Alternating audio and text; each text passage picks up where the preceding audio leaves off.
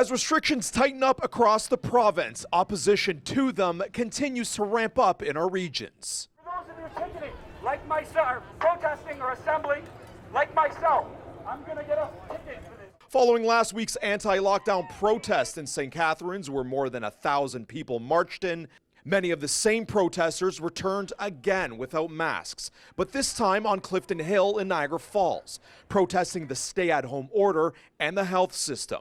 Niagara Regional Police cruisers were seen in the area, but no officers were on foot. Really make sure that we have a measured approach as police officers to make sure that we ourselves aren't, involved in escalation of any physical confrontations. All situations are unique, based on the setting, based on the number of people that show up to a protest or any other events. But following last week's rally, fines were handed out. Niagara Regional Police say a 50-year-old West Lincoln man and a 47-year-old St. Catharines man are facing charges under the Reopening Ontario Act. West Lincoln Mayor Dave Bilsma was also there and was served a summons. Regional Chair Jim Bradley says authorities are still watching.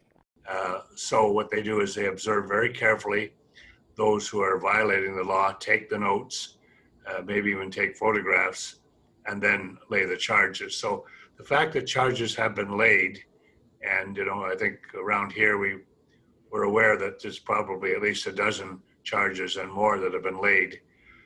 That will send a message. Protests were also seen in Brantford today.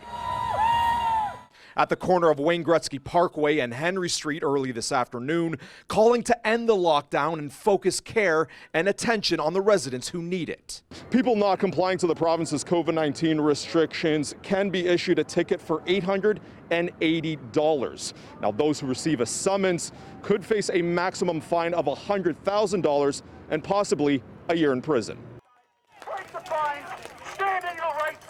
Criminal lawyer Dean Collette says the current Emergency Act is too broad to define every case and says it's unknown what the result would be for people fighting tickets. To say that it won't hold up in court is too absolute of a statement, but to say that it's definitely going to be challenged in court and that there's a chance that it could be struck down in court, absolutely. And so that's where I think it's not going to take months, it's potentially going to take years for us to work a lot of these individual type cases through the courts.